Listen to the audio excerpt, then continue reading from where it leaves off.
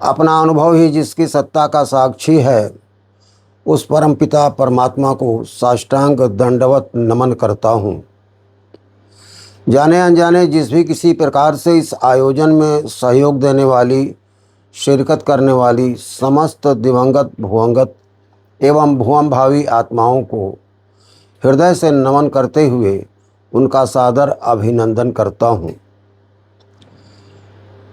संप्रति लोक सेवा संघ द्वारा संचालित श्री विंदेश्वरी स्मारक आदि विद्यालय मरवी के प्रांगण में उपस्थित भागवत स्वरूप समस्त सज्जनों एवं भगवती स्वरूपा समस्त देवियों का सादर अभिनंदन करता हूँ। लोक चिंतामणि पटल पर इस विचार गोष्ठी कार्यक्रम के प्रायोजक आलोक कुमार सिंह और अन्यों के द्वारा रखे गए विषय की आज यहाँ हम विवेचना करने जा रहे हैं। यहाँ कही हुई वाणी हम सभी की बुद्धि को सन्मार्ग में प्रेरित करे ताकि सबका कल्याण हो। विषय है अकल बड़ी या भैंस। विषय की विवेचना से पहले शीर्षक में आए हुए शब्दों का संदर्भ देना जरूरी होगा। बगैर इसके उस भाव पृष्ठभूमि में जाए बगैर तथ्य का निरूपण करना और निर्णय करना कठिन होगा। तो संदर्भ आप जान लें। अकल बड़ी या भैंस, यहाँ तीन शब्द आए हैं। अकल, भैंस और बड़ा होना। अकल का मतलब बुद्धि से है, अंग्रेजी में इंटेलिजेंस कहते हैं। और भैंस का मतलब विशाल काय शरीर वाले शारीरिक बल से है। और बड़े होने का तात्पर्य है कि इन दोनों में बड़ा कौन। विषय बना अकल बड़ी या भैंस। इसे समझाने के लिए मैं एक कथा यहाँ प्रस्तुत कर रहा हूँ। घटना सत्य है, शब्द साहित्यिक और हास्य भाव में प्रस्तुत किए गए हैं। एक मशहूर गांव था। विंध्याचल पर्वत श्रृंखलाओं के बीच में सुरम्य घाटी में बसा हुआ ये गांव काफ़ी बुद्धिमान और पहलवान लोगों का गांव था। गांव के दोनों किनारों से नदियां कलकल बहा करती थीं। बगल से एक सड़क जाती थी। गांव में एक विशाल मैदान था। वहाँ शंकर जी का एक प्रसिद्ध मंदिर था। वहाँ बड़े बड़े वृक्षों का बाग भी था। पीपल, बट और पकड़ी के वृक्षों की छाया उसे और सुरम्य बना देती थी। वहाँ एक प्रसिद्ध अखाड़ा था जहाँ गांव के पहलवान कुश्ती लड़ा करते थे, अभ्यास किया करते थे। इस गांव की ख्याति दूर दूर तक फैली हुई थी और सौंदर्य के ख्याल से मशहूर इस गांव में दूर दूर से लोग आकर के दंगल का आनंद लिया करते थे। हर वर्ष भादों महीने के शुक्ल पक्ष की तृतीया को यानी तीज को विशाल दंगल हुआ करता था। उसमें दूर दूर के पहलवान आते थे और वहाँ ढेर सारे पुरस्कार वितरित किए जाते थे। गांव का बड़ा नाम था। भादों शुक्ल तीज पक्ष के इस साल के समारोह में एक विशाल आयोजन हुआ। उस साल बहुत बड़ा पुरस्कार रखा गया था, 5,000 रुपये का। इसे सुनकर के आप आश्चर्य न करें। बात उस समय की है जहां 5,000 रुपये बहुत मायने रखता था। इस कुश्ती को जीतने के लिए तमाम जगह के पहलवानों ने तैयारी करना शुरू किया और उस तिथि का इंतजार करने लगे। तिथि ज्यों ज्यों करीब आने लगी, छटपटाहट बढ़ती गई। लोग दंगल के लिए अपना नाम लिखाने लगे। इलाके का एक बहुत बड़ा पहलवान था, वो भी उस दंगल में भाग लेने के लिए आ रहा था। गांव वालों ने सोचा कि इस दंगल का विजय श्री वाला खिताब हमारे ही गांव को मिले तो अच्छा है, अन्यथा गांव की नाक कट जाएगी। पहलवानों से संपर्क किया गया। गांव के सारे पहलवान हाथ खड़ा कर दिए। उसका मुकाबला करने से हार पटक कर गांव वाले अपने गांव के मुंशी जी के पास गए। मुंशी जी बड़े बुद्धिमान थे, कागज कलम के धनी, दिमाग के धनी, बहुत सारी समस्याओं का अकल से समाधान कर दिया करते थे। पहुंच करके सारी वाकया बयान किया गांव वालों ने और कहा, मुंशी जी, गांव के ऊपर एक सदमा आ गया है।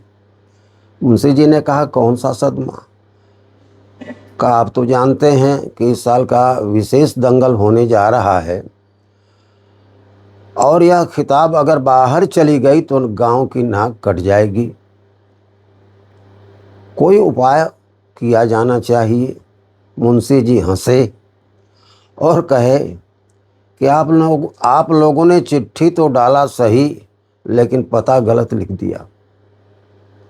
आप बताइए कि मैं लाला लूली की जात, दिमागी काम करता हूँ, पहलवानी का कोई मर्म मुझे मालूम नहीं, हम इसमें क्या कर सकते हैं?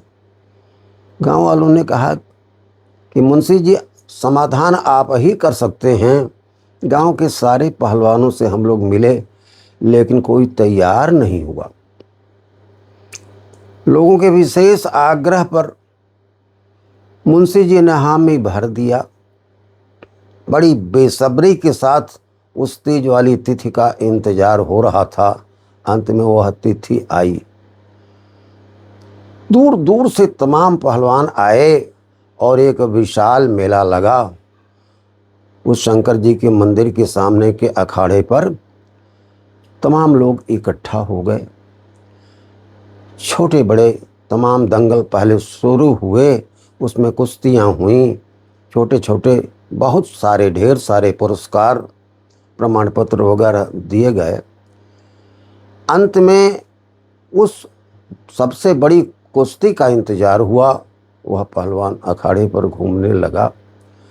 हाथ मिलाने के लिए तो कोई तैयार था नहीं। इधर मुंशी जी को पहले से पटा के लोगों ने रखा था। मुंशी जी लंगोट पहन करके अखाड़े पर हाथ मिलाने के लिए आ गए। उपस्थित सभी लोग हंसने लगे कि हाई तमाशा देखा। पसंघा और पसेरी का कौन लड़ाई है भैया? ये मुंशी जी पगलाए तो नहीं गए हूँ?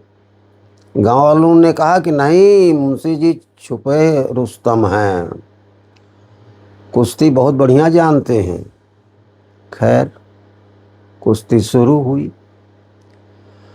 पहलवान ने एक ही झटका मारा, मुंशी जी अखाड़े में गिर गए और पट गिरे, पेट नीचे पीठ ऊपर।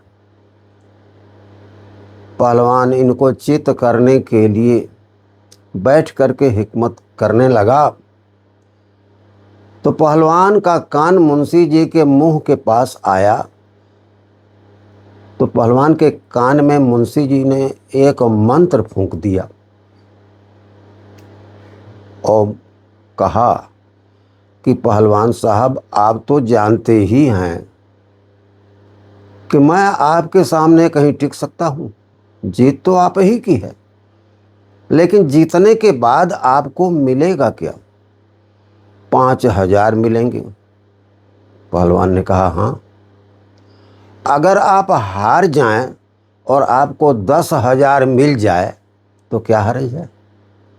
पहलवान लोभ में आ गया। मोटी बुद्धि का आदमी कहा कि इससे अच्छा क्या है। तब उसने झूठा नाटक किया चित करने का और खुद ही चित हो गया। उसकी छाती पर लाला साहब बैठे। तालियों की गड़गड़ाहट से पूरा मंडप गूंज उठा। जय जयकार होने लगी, मुंशी जी की, गांव की जय जयकार होने लगी। लोगों ने कहना शुरू किया कि हाँ, मान तो लिया गया कि यह गांव वास्तव में पहलवानों का गांव है। गांव की बड़ी प्रतिष्ठा हुई, इज्जत रह गई।